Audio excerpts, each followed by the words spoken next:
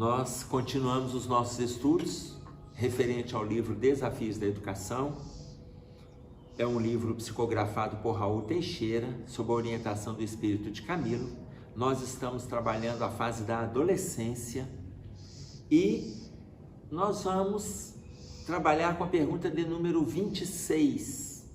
Como devem proceder as mães frente a uma gravidez de sua filha fora do casamento? Que tipo de esclarecimento preventivo poderia ser dado aos filhos para que se evitasse tal situação? Então veja, aqui a gente já vai começar a fazer algumas colocações até na própria pergunta. Eu não vou dizer como devem proceder as mães frente a uma gravidez da sua filha, mas como devem lidar os pais, porque aí eu estou colocando o papel dos dois. Porque senão a gente fica estigmatizando como se a responsabilidade fosse da mãe. Veja, essa é uma questão da família. Não é um problema dos pais, não é um problema da filha, isso é uma questão para ser discutida em família. Normalmente as filhas têm mais diálogo com as mães, mas nem sempre. Então, como devem lidar os pais frente à gravidez da filha fora do casamento? Que tipo de esclarecimento preventivo poderia ser dado aos filhos para que se evitasse tal situação? Olha a primeira colocação que o espírito de Camilo faz para nós. Com muita calma e espírito compreensivo, pois o fato já está consumado. Já aconteceu a gravidez. Não adianta brigar, agredir, ameaçar, xingar, agora você... Olha, isso não adianta. Aconteceu. Os esclarecimentos, eles precisam vir antes. A conversa sobre a questão sexual, a conversa sobre a liberdade, a forma de lidar com ela, os meios preventivos, como que esse diálogo deve acontecer, isso tudo tem que vir antes. Aconteceu a gravidez? Agora tem que lidar com ela.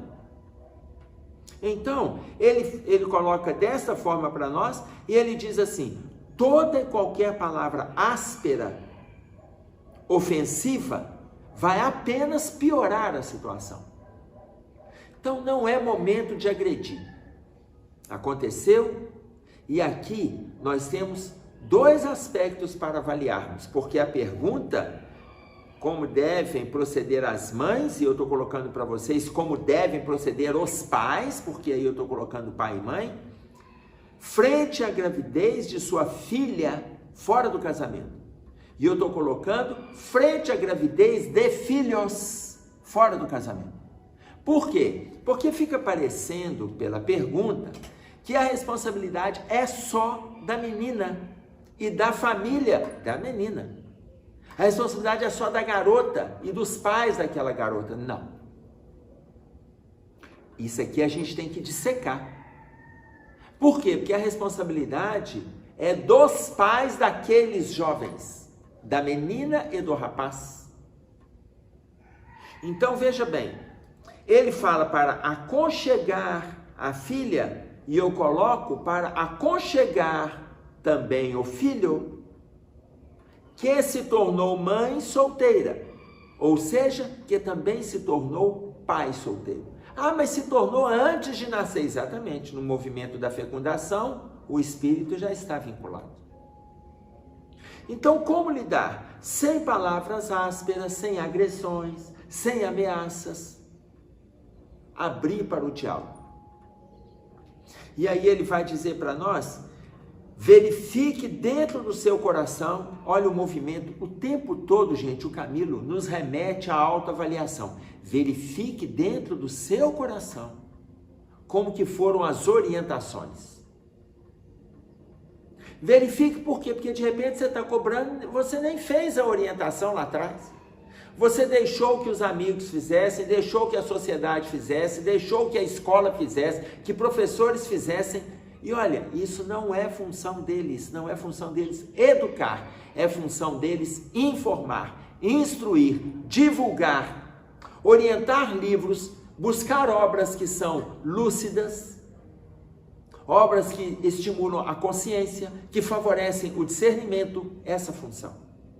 Então veja, verifique dentro do seu coração se as suas orientações à sua filha e ou ao seu filho foram suficientemente maduras ou se estavam cheias de ameaças, de medos, de preconceitos, que eram mais orgulho e vaidade daquilo que poderia acontecer. E aí ele, nesse parágrafo, ele fala assim: que bom que sua filha ou que o seu filho não abortou. Que bom que não abortou. Que bom que não abriu espaço para o crime, ainda que seja uma gravidez inesperada. E aqui eu gosto de estabelecer essa diferença entre gravidez indesejada e inesperada. Por quê? Parece a mesma coisa, mas não é. Porque se eles se submetem a tudo que a juventude propõe, se submetem às intimidades, às experiências sexuais, os excessos, os descuidos, aquela falta de cautela, se submetem. Quando aparece uma gravidez, engravidei sem querer. Como engravidou sem querer? Sabe de todos os riscos. Então não posso nem colocar que é 100% sem querer. Existe uma querença ali naquele estado íntimo. Às vezes até falam disso. Não pode acontecer não. Nossa, mas seria bonitinho se viesse. Não pode. Pronto, já está quando essas pequenas falas. Mas é em função dessas pequenas falas? Não. As falas já preparam para o descuido. O pensamento já prepara para o descuido. Mas aqui eu quero chamar a atenção para algo ainda mais significativo, para provocar ainda uma reflexão mais profunda sobre a questão da gravidez. Porque veja a colocação que ele faz para nós.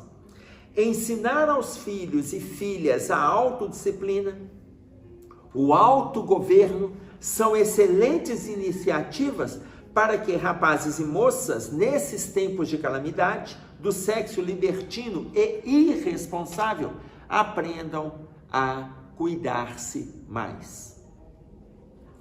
E aqui eu quero dar uma paradinha, porque veja, é muito comum acontecer a gravidez e as famílias entenderem que a responsabilidade é da menina. É muito comum. Gente, nós temos que parar com isso.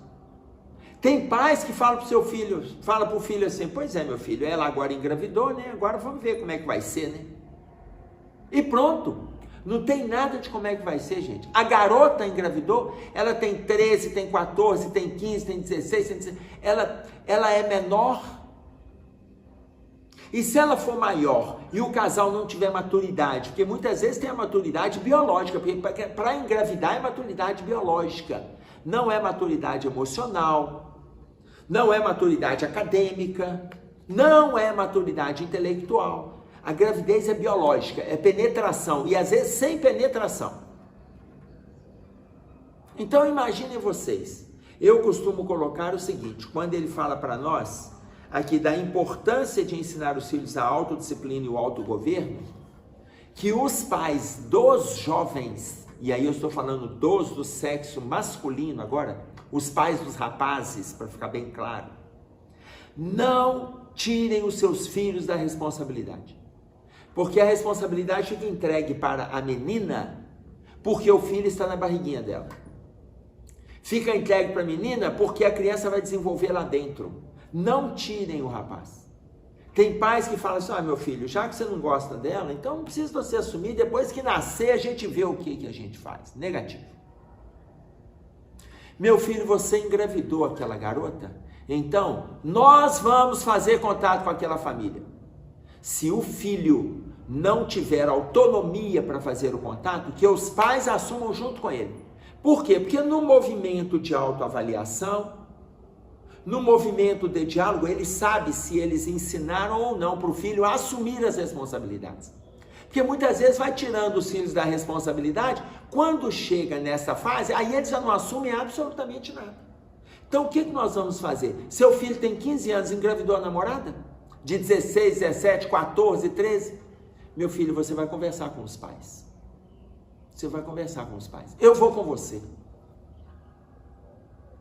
Foi um engano essa gravidez ter acontecido agora. Mas em função do desejo, dos arroubos da adolescência, em função da ânsia, os comportamentos corporais, emocionais, os jogos sexuais, tudo isso foi estimulante.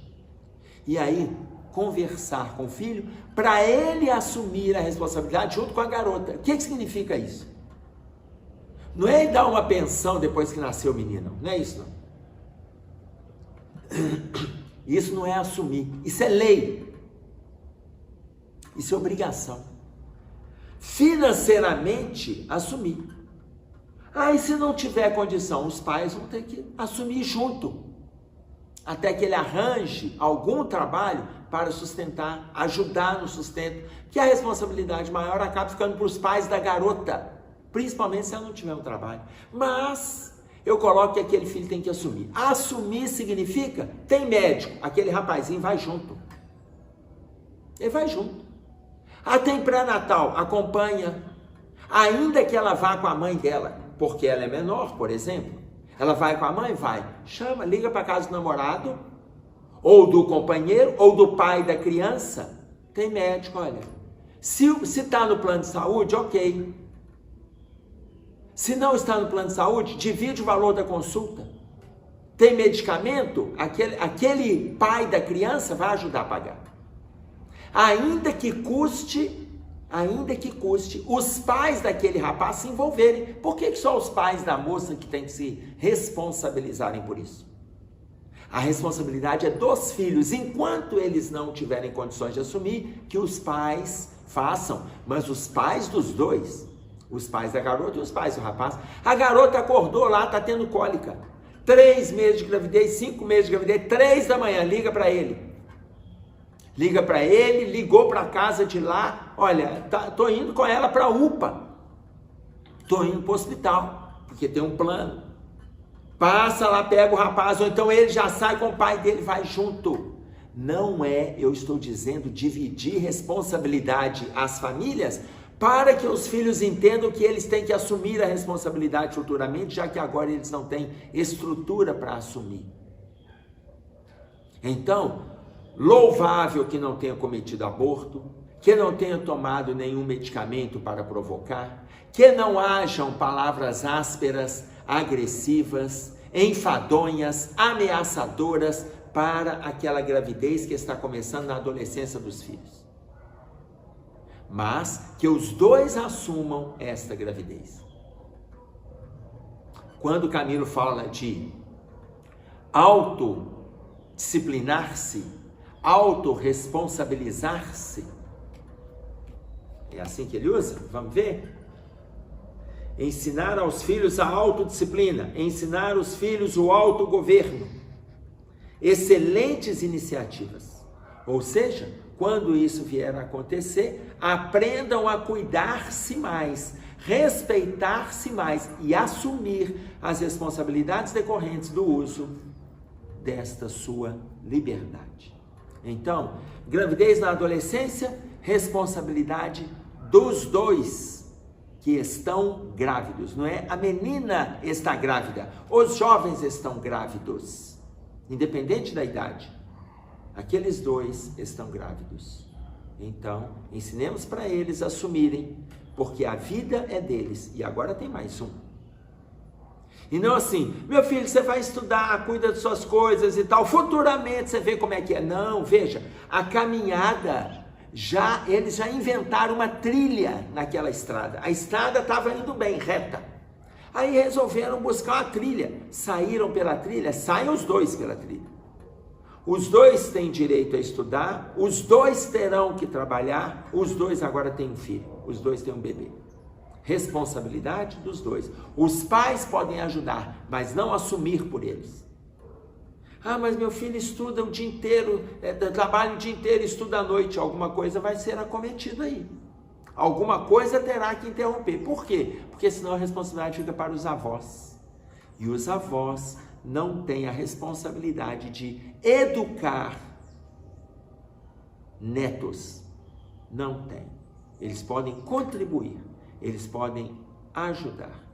Quem vai colocar isso para nós? Joana de Ângeles, no livro Constelação Familiar, fazendo referência a um capítulo sobre os avós. Um capítulo inteiro dedicado ao papel dos avós. Ok? É isso aí que tínhamos para trazer. Até breve, se Deus quiser. Um grande abraço a todos.